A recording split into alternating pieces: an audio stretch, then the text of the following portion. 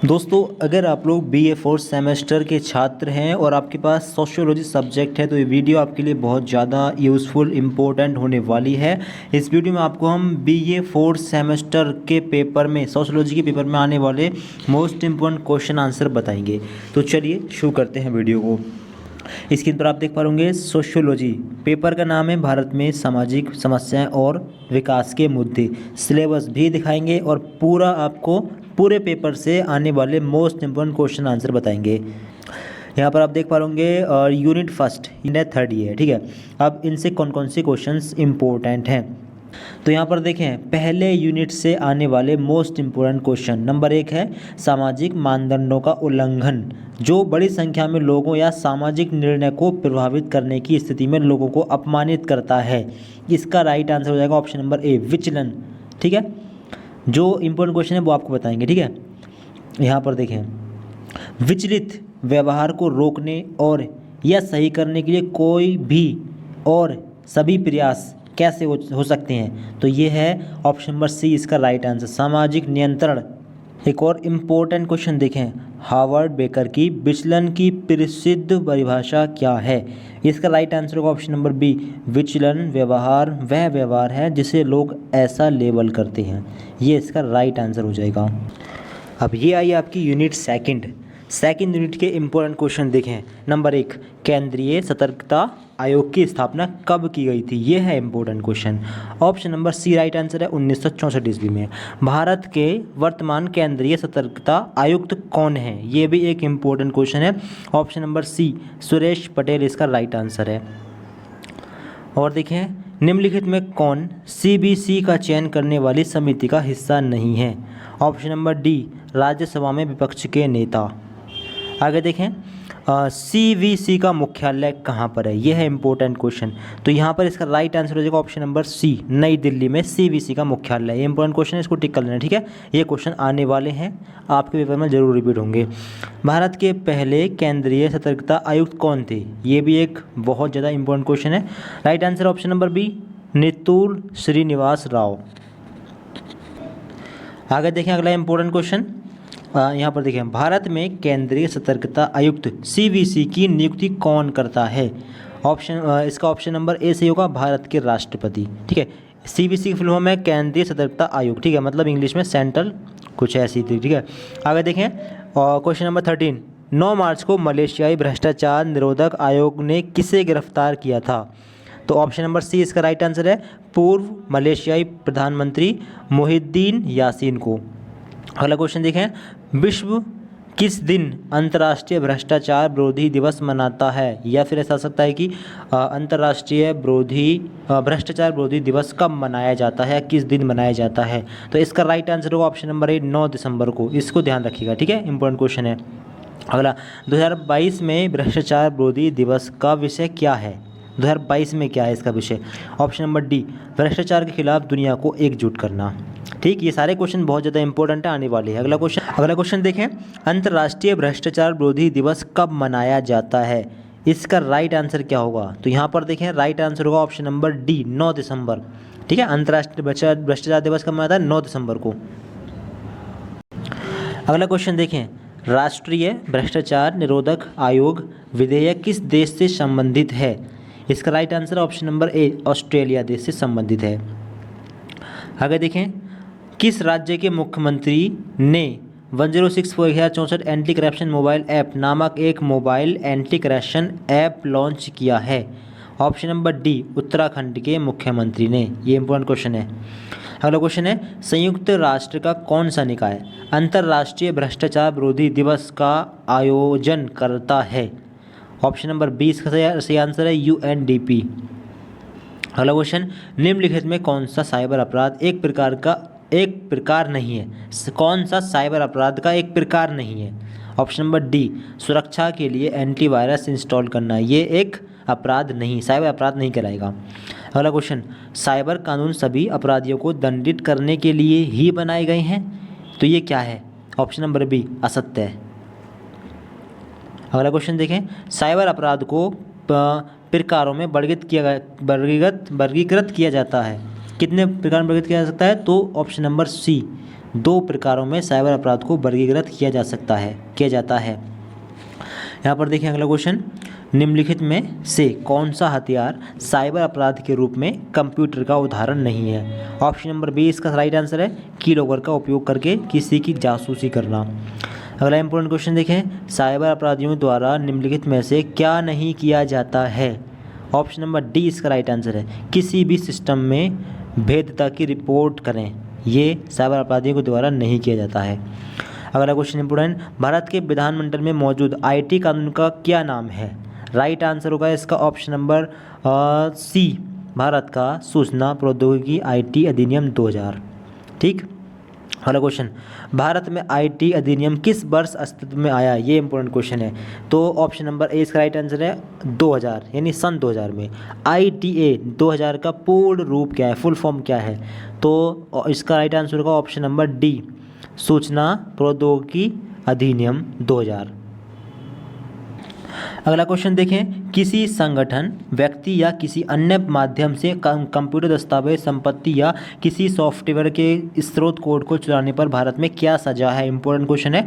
Option number D इसका right answer है, 3 साल की कैद और रुपये का जुर्माना 5 लाख रुपये का जुर्माना और 3 साल की कैद। अगला इंपॉर्टेंट क्वेश्चन, आईटी अधिनियम 2000 का अद्यतन संस्करण क्या है? ऑप्शन नंबर सी इसका राइट आंसर है, आईटी अधिनियम 2008। अगला क्वेश्चन देखें, भारतीय आईटी अधिनियम 2000 किस वर्ष अद्यतन हुआ था? ऑप्शन नंबर ए 2006 में। ये देखें, हाइपोकॉन्ड्रिया क्या है? ऑप्शन नंबर ए मानसिक विकार। ठीक है। जुनूनी बाध्यकारी विकार क्या है? ये ऑप्शन नंबर बी मनोवैज्ञानिक विकार। और क्वेश्चन देखें, बॉर्डरलाइन पर्सनैलिटी डिसऑर्डर BPD क्या है? ऑप्शन नंबर ए व्यक्तित्व विकार। निम्नलिखित में से कौन सा BPD का लक्षण नहीं है? तो इसका राइट आंसर हो जाएगा आपका ऑप्शन नंबर डी, उत्साह। अगला इंपॉर्टेंट क्वेश्चन देखें, देश में नशीली दवाई लाई जाती हैं? ऑप्शन नंबर ए कुरियर के द्वारा। ठीक है। अगला देखें, national institute on drug abuse के NIDA को एक प्रमुख सार्वजनिक स्वास्थ्य समस्या के रूप में वर्णित करता है। कौन? दवाई का दुरुपयोग। Option number B right answer है। अब यहाँ से स्टार्ट होती है आपकी यूनिट 3। ठीक है, 3rd यूनिट के इंपॉर्टेंट क्वेश्चन आप देखें। नंबर 1, SJSRY का पूर्ण रूप क्या है, फुल फॉर्म क्या है? तो ऑप्शन नंबर 20 का राइट आंसर है स्वर्ण जयंती शहरी रोजगार योजना। काफ़ी इंपॉर्टेंट आने वाला क्वेश्चन है एग्जाम में। ठीक है, टिक करते रहिए इन सारे क्वेश्चंस को। गरीब लोगों की विशेषता के अंतर्गत क्या आता है? ऑप्शन नंबर डी ऊपर के सभी। ठीक है। जेल कॉस्ट ऑफ लिविंग सबसे पहले किसके द्वारा पेश किया गया था? ऑप्शन नंबर सी दादा भाई नौरोजी के द्वारा। इंपॉर्टेंट क्वेश्चन है। MPC निम्नलिखित में से किसका संक्षिप्त रूप है? MPC की फुल फॉर्म क्या है? तो यह है बी मासिक प्रतिपूंजी व्यय। अगला क्वेश्चन देखें इंपॉर्टेंट, राष्ट्रीय काम के बदले अनाज कार्यक्रम किस वर्ष शुरू किया गया था? ऑप्शन नंबर डी 2004 में। 2011-12 के एक सर्वेक्षण के अनुसार भारत में कितनी प्रतिशत जनसंख्या गरीबी रेखा के अंतर्गत आती है? ऑप्शन नंबर इसका ए राइट आंसर है 22% जनसंख्या। ठीक है, इंपॉर्टेंट क्वेश्चन है। निम्नलिखित में से कौन गरीबी निर्धारण को मापने में मदद करता है? ऑप्शन नंबर डी इसका राइट आंसर है इन सब, हेड काउंट अनुपात, गरीबी अंतर सूचकांक और सेन सूचकांक। आगे देखें, 2011-12 में भारत के निम्नलिखित में से किस राज्य में सबसे अधिक गरीबी दर देखी गई है? इसका राइट आंसर है ऑप्शन नंबर सी उड़ीसा में। ठीक है, ये इंपॉर्टेंट क्वेश्चन, इसको ध्यान रखिएगा। आगे देखें अगला क्वेश्चन, अर्थशास्त्री आमतौर पर गरीब लोगों की पहचान उनके आधार पर करते हैं। नंबर डी इसका राइट आंसर है पेशा के आधार पर पहचान की जाती है। मौसिक श्रमिक या छोटे किसान आमतौर पर निम्नलिखित में से किस श्रेणी में आते हैं? इंपॉर्टेंट क्वेश्चन है। ऑप्शन नंबर बी मंथन गरीब, इसका राइट आंसर है। छोटे शहरों और ग्रामीण क्षेत्रों में बेरोजगार युवाओं को शिक्षित करने के लिए 1993 में निम्नलिखित में से कौन सी योजना शुरू की गई थी? काफ़ी इंपॉर्टेंट क्वेश्चन आने वाला। नंबर 1 है इसका राइट आंसर प्रधानमंत्री रोजगार योजना। ठीक है, ये 1993 में शुरू की गई थी। ऐसे बन सकता है कि प्रधानमंत्री रोजगार योजना कब शुरू की गई थी? तो 1993 ईस्वी में ये शुरू की गई थी। ठीक है, आगे देखें, भारत में गरीबी के प्रमुख कारणों में शामिल है। ऑप्शन नंबर इसका डी राइट आंसर है ऊपर के सभी, यानी कम पूंजी निर्माण, जनसंख्या पर दबाव, बुनियादी ढांचे की कमी, ये सभी इसके मतलब सभी ऑप्शन है, इसलिए ये ऊपर के सभी ऑप्शन नंबर डी इसका राइट आंसर है। अगला क्वेश्चन, भारत में निम्नलिखित में से कौन वेतन निधि निर्धारित करता है? ऑप्शन नंबर बी है जीवन यापन की लागत। यहाँ पर देखें, भारत में किस सामाजिक समूह को या किस कैटेगरी को गरीबी के प्रति सबसे अधिक संवेदनशील माना जाता है? इसका राइट आंसर है ऑप्शन नंबर सी, अनुसूचित जनजाति को, जिसमें SC ST के लोग आते हैं। आगे, भारतीय संसद ने राष्ट्रीय ग्रामीण रोजगार गारंटी अधिनियम किस वर्ष पारित किया? ऑप्शन नंबर इसका राइट आंसर हो जाएगा ऑप्शन नंबर डी, 2005 में। आप क्वेश्चन ऐसे हो सकता है कि राष्ट्रीय ग्रामीण रोजगार गारंटी अधिनियम किस वर्ष पारित किया गया था, मतलब थोड़ा घुमाकर, तो 2005 ईस्वी में ये पारित किया गया था। अगला, महिलाओं में साक्षरता दर कम होने का क्या कारण है? इंपॉर्टेंट क्वेश्चन काफ़ी। तो इसका राइट आंसर हो जाएगा ऑप्शन नंबर सी है यहाँ पर। देखिए कौन सा, शिक्षा के अवसर देने में समानता का अभाव। जी हाँ, ये भेदभाव होता है शिक्षा देने में, इसलिए महिलाएं शिक्षित होने से रह जाती हैं। अगला क्वेश्चन देखें इंपॉर्टेंट, भारत में निम्नलिखित 3 राज्यों में से कौन सा राज्य सबसे गरीब माना जाता है? ऑप्शन नंबर बी है। कौन से 3 राज्य गरीब माने जाते हैं? इनमें से झारखंड, बिहार, उत्तर प्रदेश, ये 3 राज्य सबसे ज़्यादा गरीब माने जाते हैं। ऑप्शन नंबर 20 का राइट आंसर है। निम्नलिखित में से कौन सा राज्य गरीबी को कम करने के लिए उच्च कृषि विकास को बनाए रखता है? Option number B, Tamil Nadu.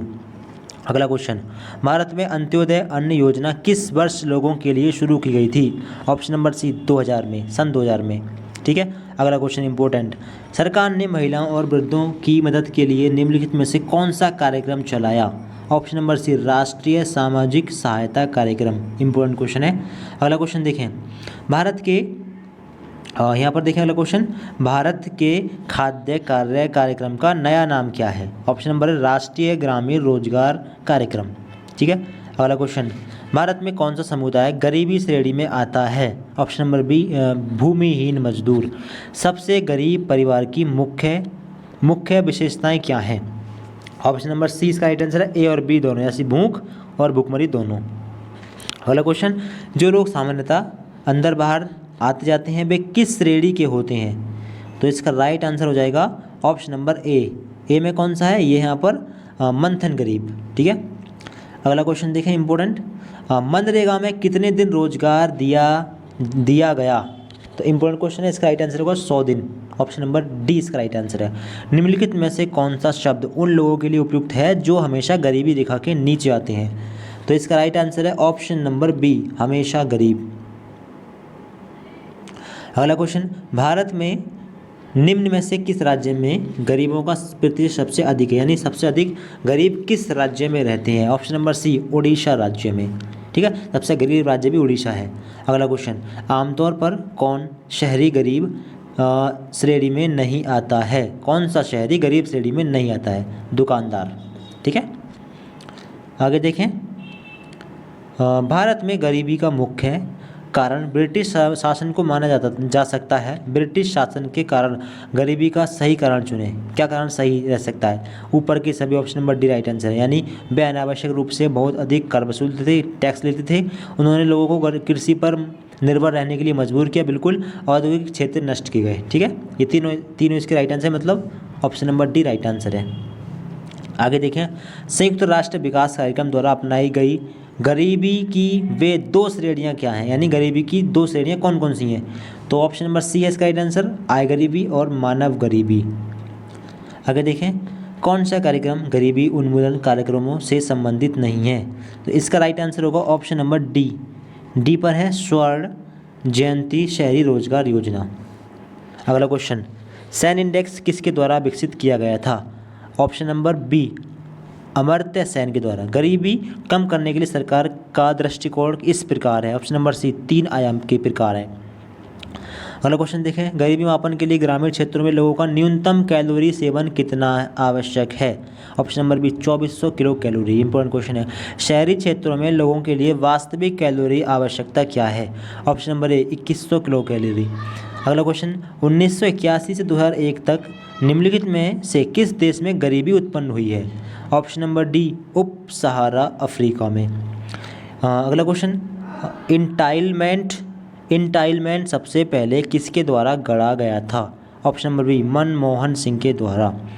अगला देखें, सरकार ने NFWP कब शुरू की थी? तो ऑप्शन नंबर सी नवंबर 2004 ईस्वी में। यानी अब अगला क्वेश्चन देखें, वृद्धों को सहायता देने के लिए सरकार कौन सा कार्यक्रम शुरू किया गया है सरकार द्वारा? Option number A NSP। अगला इंपॉर्टेंट क्वेश्चन देखें, निम्नलिखित में से MPCE का पूर्ण रूप क्या है? तो इसका राइट आंसर है प्रति व्यक्ति मासिक व्यय। ठीक है, इंपॉर्टेंट क्वेश्चन है।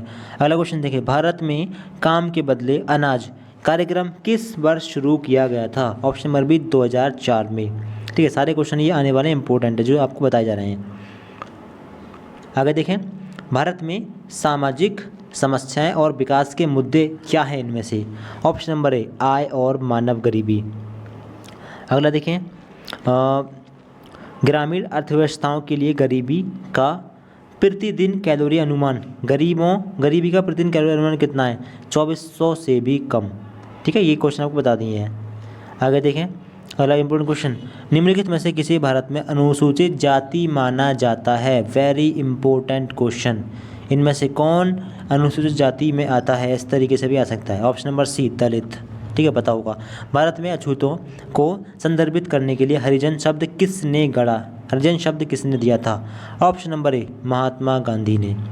अगला क्वेश्चन, भारत में जनजाति शब्द का मुख्य रूप से तात्पर्य, जनजाति शब्द किसे कहते हैं, किसके लिए इस्तेमाल हुआ है? तो यह है स्वदेशी समुदाय के लिए। ठीक है, ऑप्शन नंबर 20 का राइट आंसर है। अगला क्वेश्चन, भारतीय समाज में सती की अवधारणा का तात्पर्य, सती किसे कहते हैं, सती का क्या मतलब था?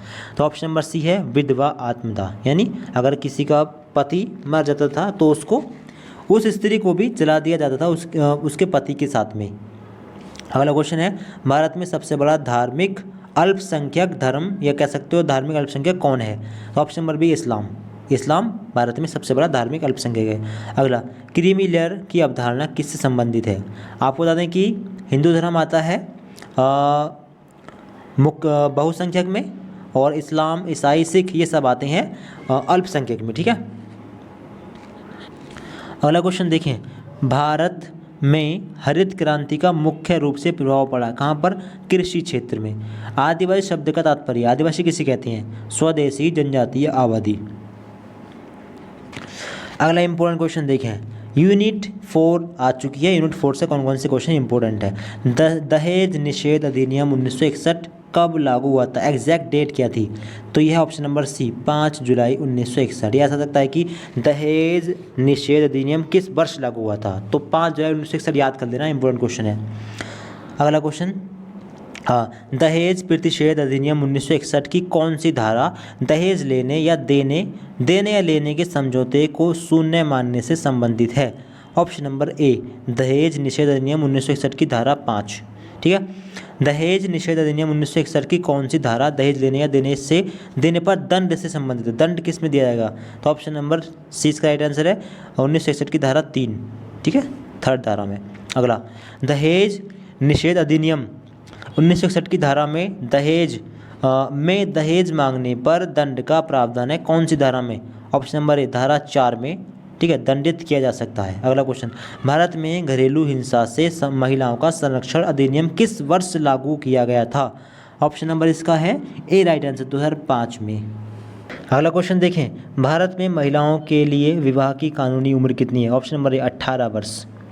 अगला क्वेश्चन, इंपॉर्टेंट क्वेश्चन ये भी, भारत में मातृत्व लाभ अधिनियम संगठित क्षेत्र में काम करने वाली महिलाओं के लिए कितने सप्ताह के मातृत्व अवकाश का प्रावधान करता है? ऑप्शन नंबर ए 26 सप्ताह।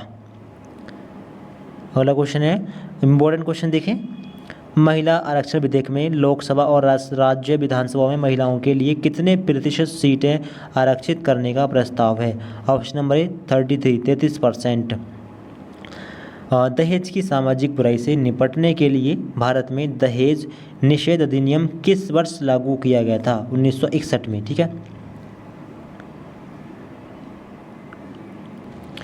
अगला क्वेश्चन देखें, भारत में कार्यस्थल पर महिलाओं का यौन उत्पीड़न रोकथाम निषेध और निवारण अधिनियम किस वर्ष लागू किया गया था? ऑप्शन नंबर ए 2013 में।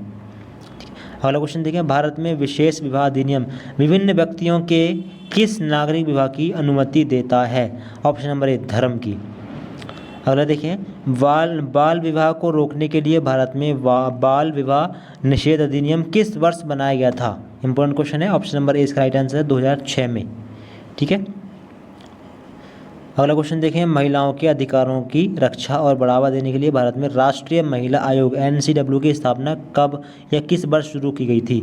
ऑप्शन नंबर इसका ए राइट आंसर है 1992 में। ये इंपॉर्टेंट क्वेश्चन है, यानी राष्ट्रीय महिला आयोग की स्थापना कब की गई थी, ये इस तरीके से पूछा जा सकता है, 1992 ईस्वी में। आगे देखें अगला क्वेश्चन, भारत में 3 तलाक के मुद्दे को संबोधित करने के लिए मुस्लिम महिला विवाह अधिकार संरक्षण अधिनियम किस वर्ष लागू किया गया था? ऑप्शन नंबर ए 2017 में। ठीक है, इंपॉर्टेंट क्वेश्चन है।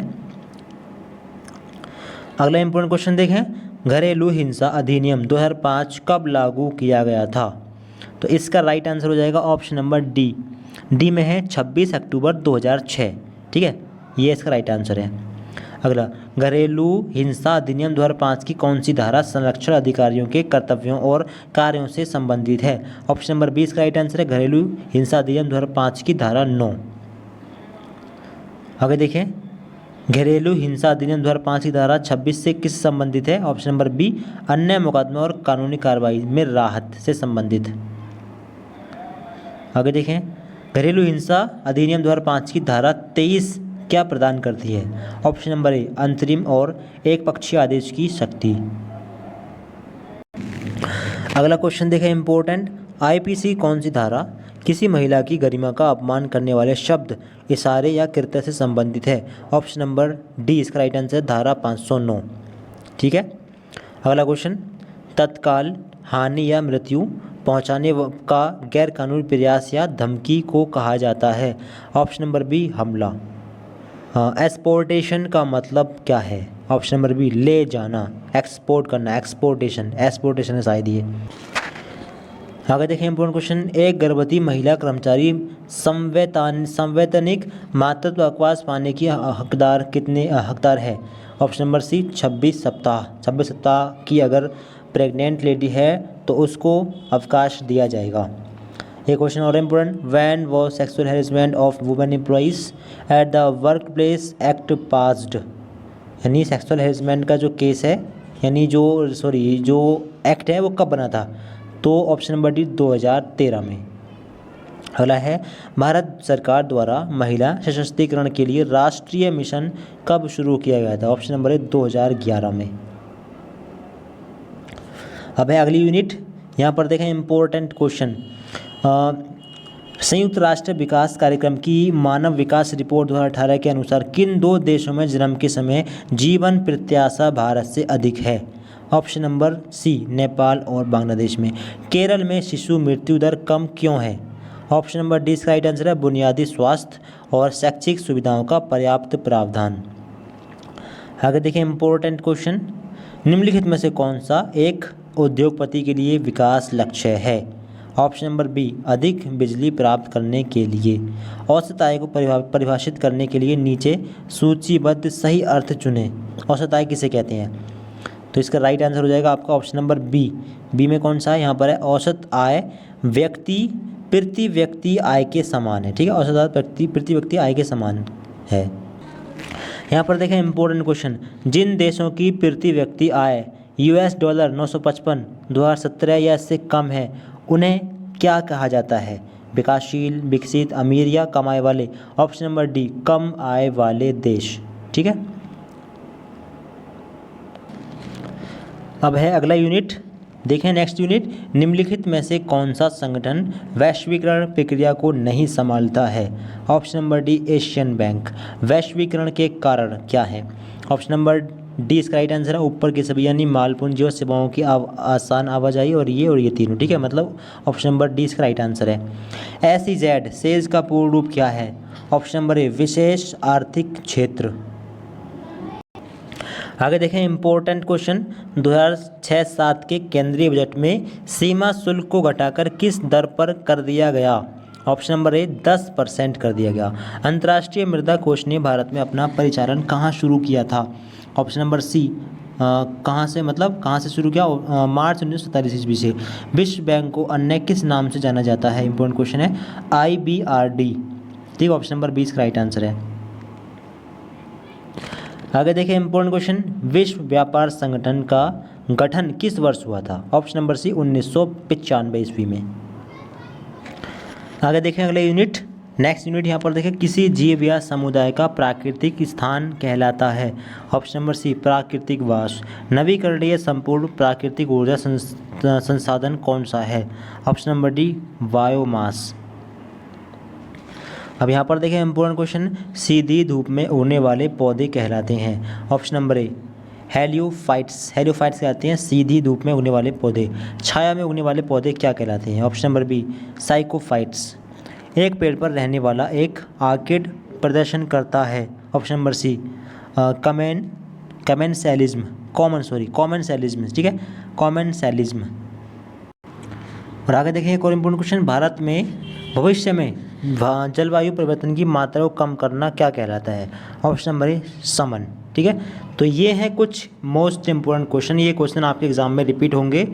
ठीक है, तो जो इम्पोर्टेंट क्वेश्चन है बता दिए सारे, आप दोबारा से वीडियो को देखें, क्वेश्चन आंसर जो है नोट भी कर सकते हैं। और इसके अलावा आपको किसी और सब्जेक्ट क्वेश्चन आंसर चाहिए तो आप कमेंट बॉक्स में उस सब्जेक्ट का नाम, कोर्स का नाम, सेमेस्टर का नाम बता सकते हैं। ठीक है, इस वीडियो को दोस्तों को शेयर जरूर करें। पास करने के लिए 100 नंबर का पेपर होगा, पास करने के लिए आपको लाने होंगे 33 नंबर। ठीक है, 33 क्वेश्चन सही कर देना, आप पास हो जाओगे। कोई नेगेटिव मार्किंग नहीं है, सब सारे क्वेश्चन टिक करें, कोई भी छोड़ना नहीं है। ठीक है, OMR शीट में शायद ये टिक करने हैं आप लोगों को, OMR शीट में बॉक्स को मतलब ब्लैक करना है। तो 100 में से अगर आप 33 नंबर सही कर देते हैं, 37 क्वेश्चन आप लोग सही करते हैं तो आप लोग पास हो जाएंगे। ठीक है, और बाकी इसके अलावा अगर आपको किसी और सब्जेक्ट के इम्पोर्टेंट क्वेश्चन आंसर चाहिए तो कमेंट बॉक्स में उस सब्जेक्ट का नाम और उस कोर्स का सेमेस्टर का नाम जरूर बताइएगा। ठीक है, इस वीडियो को दोस्तों को शेयर जरूर कर दें और एक लाइक भी कर दें और चैनल को आप सब्सक्राइब कर लें। इंपॉर्टेंट क्वेश्चंस की वीडियोस मिलती हैं और आगे भी मिलती रहेंगी, कुछ इंपॉर्टेंट वीडियोस भी प्रोवाइड कराएंगे। कुछ भी जानना हो आप कमेंट कर सकते हैं। Thank you so much for watching this video.